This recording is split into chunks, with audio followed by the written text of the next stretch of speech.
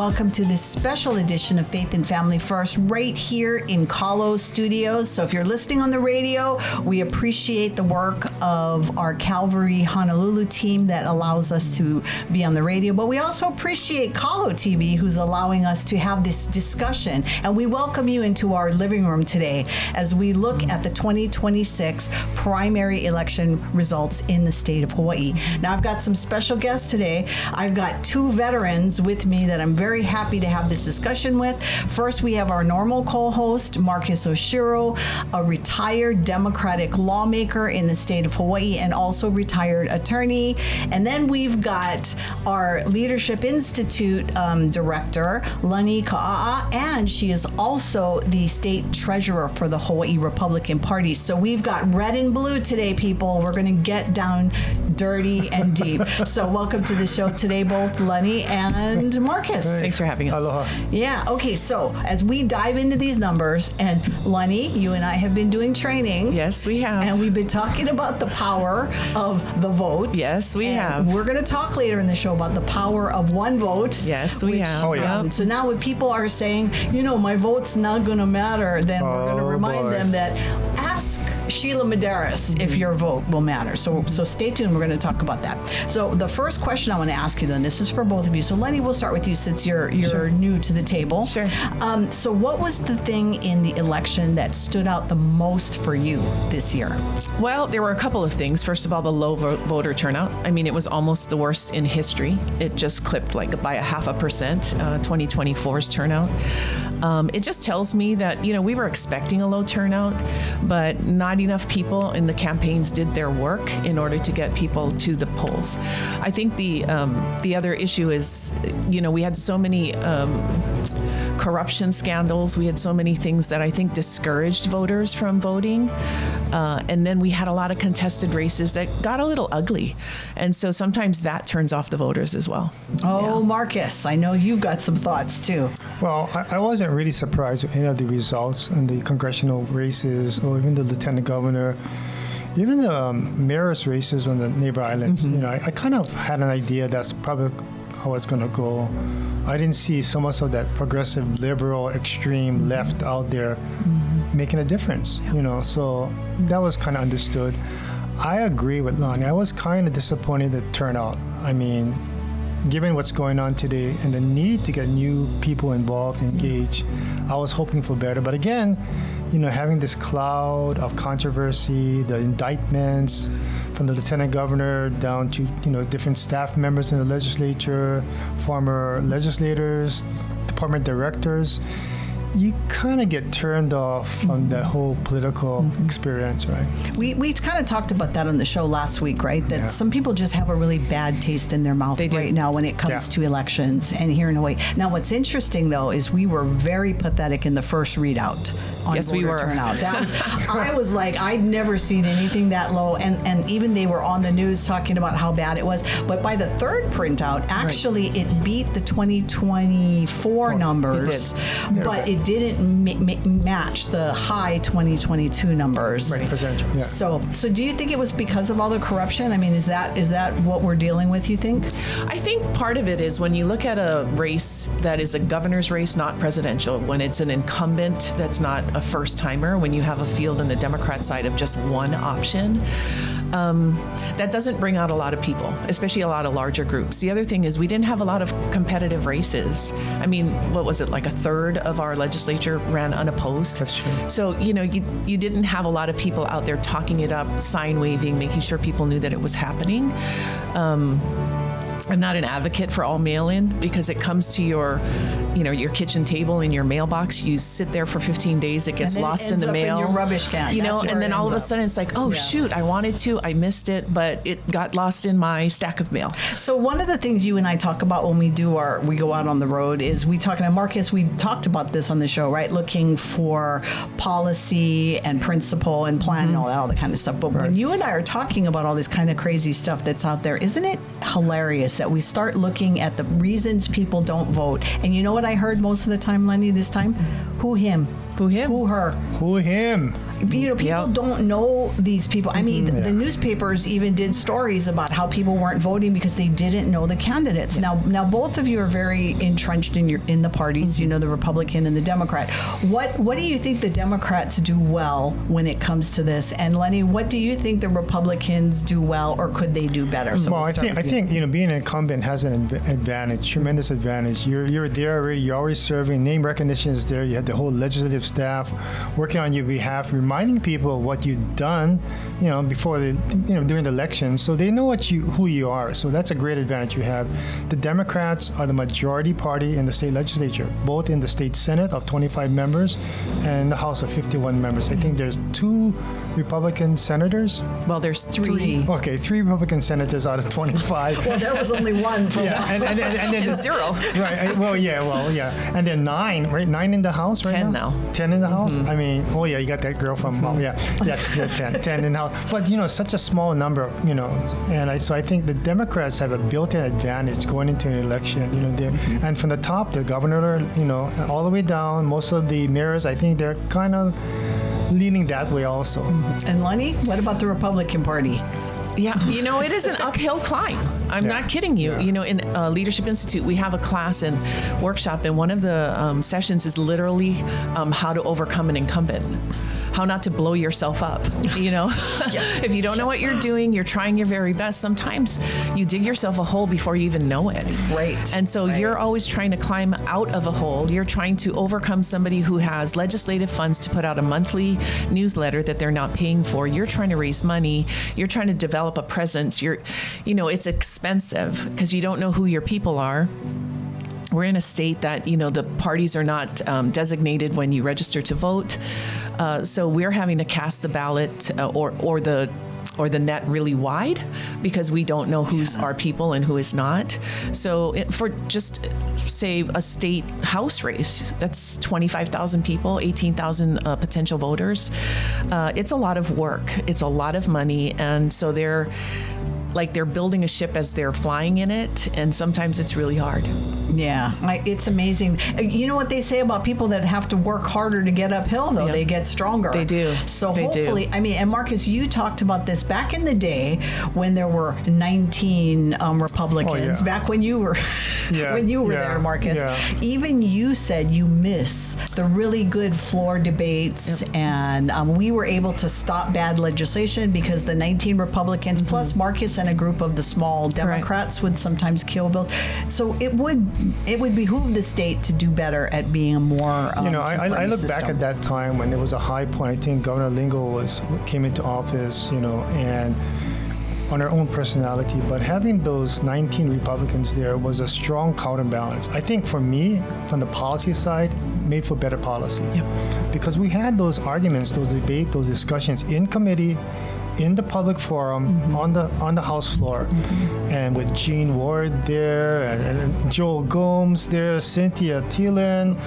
I mean, we had a blast. And so not all conservative Republicans, and that was and so that's and depends on how you define conservative. Yeah, I know. Are we fiscal? Are we social? Correct. But we were there and we were engaging, and I think we made better products. So Gina and I was always talking about iron sharpen iron. Yes.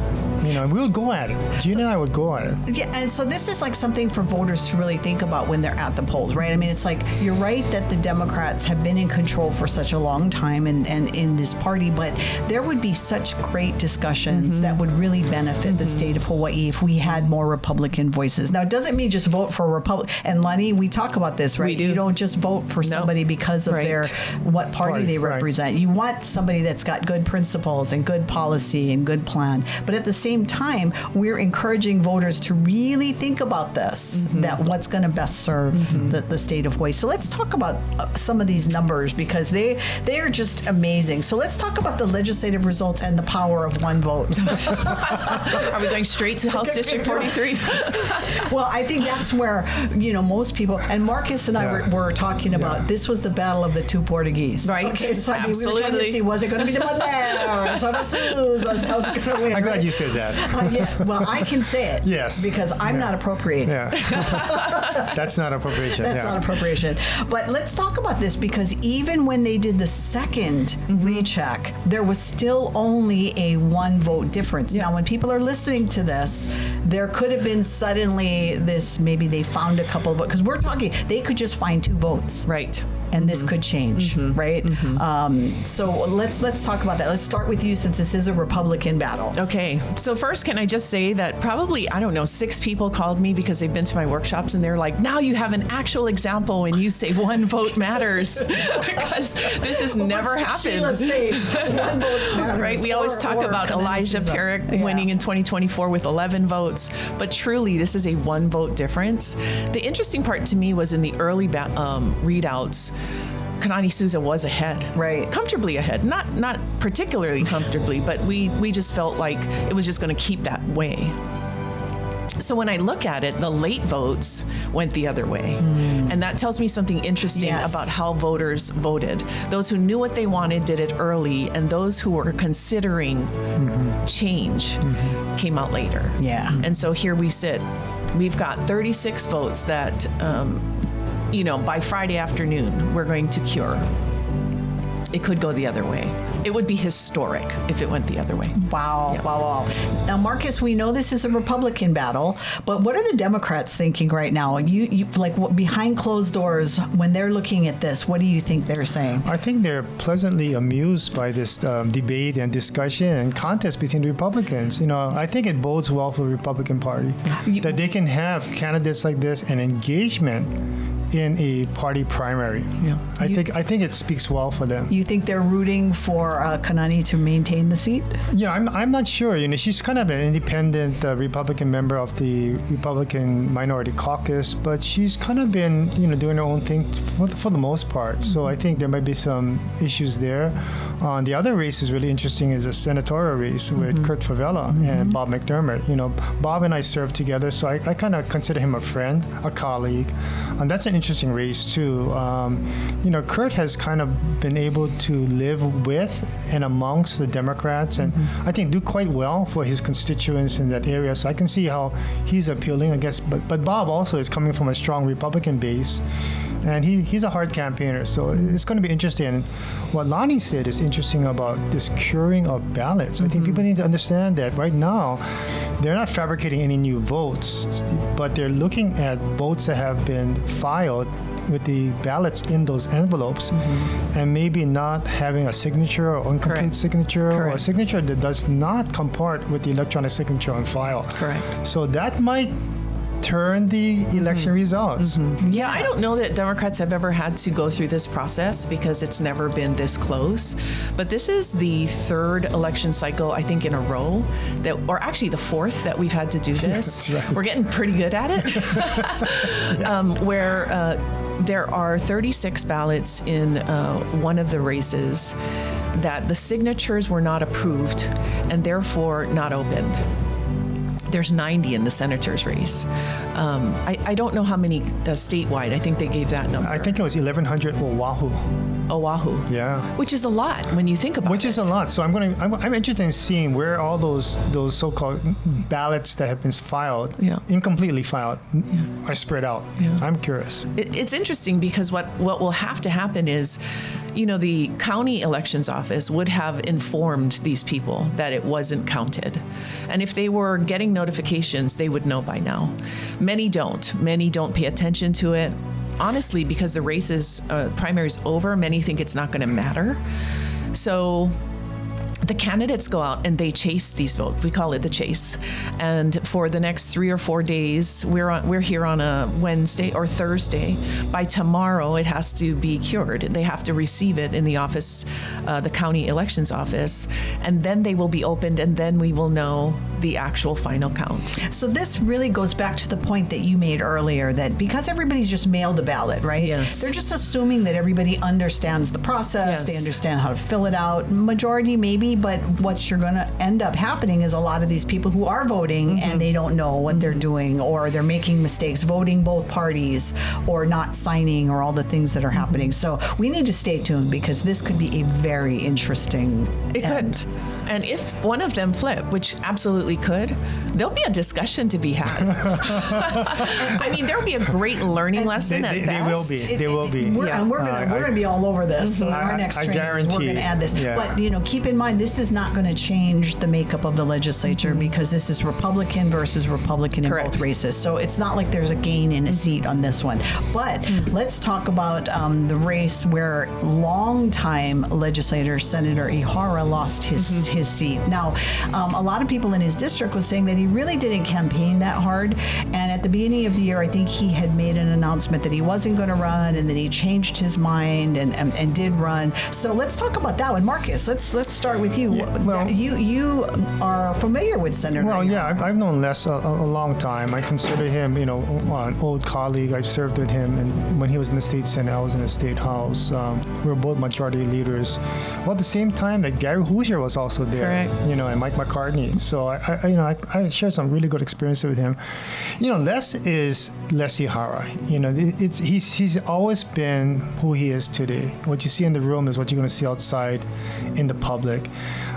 He's not the best campaigner. Well, he's been in office for so long. You kind of lose that skill. No, it's not. No, I don't think he ever had that skill as a campaigner. I really don't. That's coming from a Democrat. No, really. No, I'm just going to speak. I'm going to tell. No, go ahead. Get provocative. No. Les is a policy wonk. Yes. He is a policy wonk. He speaks his mind, says the truth he believes in, articulates it quite well, and he's been that way. We all laugh about Les being professorial, just the way he communicates with people, and that kind of goes over the heads of a lot of people. You know what? I have a long-time relationship with Senator Ihara because he has been one of our champions in the Senate against gambling. Yes. Yeah. So I want people to think that sometimes whether someone's a Democrat or a Republican, a loss of a seat could mean a problem for us, and he was champion for us in the Senate. We have now gained a Democrat who has taken that seat who is in favor of gambling. So now he doesn't have the long time experience of Les, but these are all these things you have to think about when you're voting. Yeah, for this is definitely a big change on who's representing the district right now in the Senate seat with Sayama there. He's an up and coming guy, but he connects with that demographic out there that is why he won, and by a lot. So I work with Senator Ihara, and I would agree with you. He's not a campaigner. Brenton Awa didn't campaign in 2024. What was it, 2024? They stand on their record. They're very active in the community. Senator Ihara is extremely active in his community, very well known. I mean, he hasn't had an opponent in years. And so just their people knowing that this was a contested race was probably a new thing for many of them. But the other part of it, I think, is, for me personally, is I honor him and I respect him so greatly, and I wish that he would have a proper send-off retirement, because he deserves it after the decades of service in very tough roles, in any role that was asked of him. And he's an exceptional statesman and senator. And so I never want to stop saying that or forget that about him. That's really good. Amen to that. I think, Les Ihara really set a high bar for being public-minded and everything he did in and out of season. And not really political, but policy-wise, that guy was on top of things, and he went deep. I will give Senator Ihara a lot of credit for my learning process on just understanding policy. We didn't agree on every issue, and I love that because he would challenge me. And so what he kind of taught me to do, and so I'm grateful for this, is he kind of taught me how to stand on the principles that we stand on. Because when as a conservative talking to a liberal, it was like he would really push me, and then I would have to really think it through, like how I'm walking through why I believe what I believe. And I think this, talking about going uphill, this makes you stronger, right? So I'm grateful to that. Now, you did kind of mention the race of Mizuno. Was that surprising to you? I was surprised, but I think the incumbent Hussey is going to remain in that seat. I don't know if there's any like a 33 vote lead. Yeah, I don't know if there's any kind of cure question like the other two races, but I think that shows you that having name recognition, being a former long-time serving House member, John Mizuno served there for like 14 years. I think it says a lot about, name recognition, sticking power, and, good memories with his constituents. Now, would there have been a difference had Rita Cabanilla not threw her name in there because she took some of the votes? So Rita came in as a former Democrat running as a Republican. So I think she affected both Kurt Favilla and Bob McDermott's vote count. For sure. Yeah. So we have to always think about this. That's why the primary is important, It is. right? Lenny, do we not Absolutely. say that? Absolutely. Stop running away from the primary. I think we're all saying that. Although I'm very proud of the last run that came in because more people did vote in that last, showing up at the polls, and that's so they are out there. Yeah, we've seen that happen a lot. Yeah. Okay, so in these last few minutes, let's do something a little different. Let's talk about the county races. OHA. Now, I was surprised. OHA actually got more votes this time than in history. So they're a little bit we're still not at a point that makes us proud. Yeah. But the fact that more people are voting in OHA does make a difference. And what are your thoughts on that? Lenny, we'll start with you. So I got the most questions from people, texts, phone calls. Who him? Who him? Her, who her? Him? It's really hard to get your name out for OHA. Many people wonder if they're supposed to vote in it. When they do, they don't know who these people are because they never hear about what they do. Yeah. Probably the lawsuit probably leveled them up the most that it's ever been in an election season, unfortunately. But incumbents ruled. Ikaika Anderson got back in. There were some really good names that were new Can to we this. talk about the fact that many people thought that Adrian Kali'i Aquino was Kali'i Aquina, and so I actually texted Kali'i because I had 3 people ask me that question. Oh, I wish that it had gone out further through media just for clarity. I just came back from Alaska, and similarly, there is a congressman named Dan Sullivan and another Dan Solomon running against him in the primary next week. That I don't know if this is an intentional tactic should not be allowed. or it's just happening. But Kali'i sent out media advisories, sent out emails to everyone he knew to say, hey, I'm not running. This is a different.